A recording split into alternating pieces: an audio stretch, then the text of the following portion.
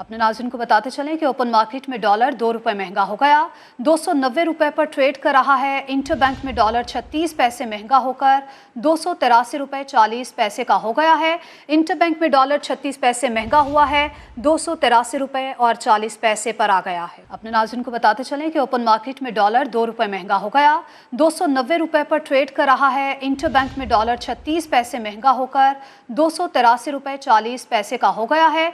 Interbank में dollar 36 पैसे महंगा हुआ है, 283 रुपये और 40 पैसे पर आ गया है। अपने नाज़रीन को बताते चलें कि ओपन मार्केट में डॉलर 2 रुपये महंगा हो गया, 290 रुपये पर ट्रेड कर रहा है। इंटरबैंक में डॉलर 36 पैसे महंगा होकर 283 रुपये 40 पैसे का हो गया है। इंटरबैंक में डॉलर 36 पैसे महंगा हुआ है, 283 रुपये और 40 पैसे पर आ गया है। अपने नाज़रीन को बताते चलें कि ओपन मार्केट में डॉलर 2 रुपये महंगा हो गया, 290 रुपये पर ट्रेड कर रहा है। इंटरबैंक में डॉलर 36 पैसे महंगा होकर 283 रुपये 40 पैसे का हो गया है।